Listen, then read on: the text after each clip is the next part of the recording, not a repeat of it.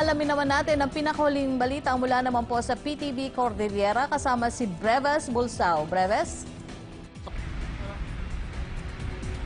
Yes, magandang tanghali, Yusek. Pinaghahandaan ng La Trinidad Benguet ang posibleng pagdagdag sa mga isolation facilities dahil ito rin ay sa unti-unting pagdami ng mga positive ng COVID-19 sa naturang bayan.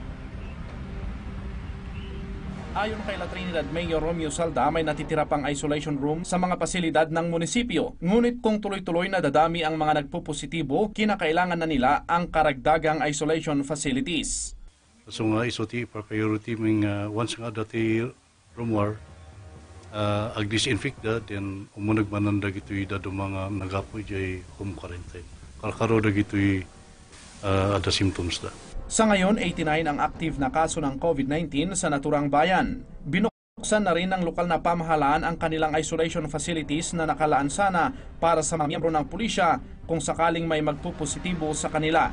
Ang bayan ng La Trinidad Benguet pa rin ang may pinakamaraming bilang ng mga COVID-19 positive sa lalawigan ng Benguet. Nag-decide kami nga i-open me dito for dagtoy positive ta sidig da nga may transfer lang dito Benguet. Kinakailangan pa rin nilang makahanap ng isolation facility na papasa sa pamantayan ng IATF.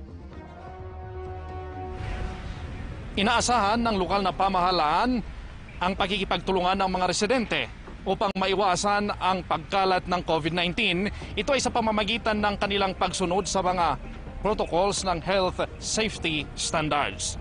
Yan ang balita mula dito sa PTV Cordillera. Breves Bulsao para sa Bayan.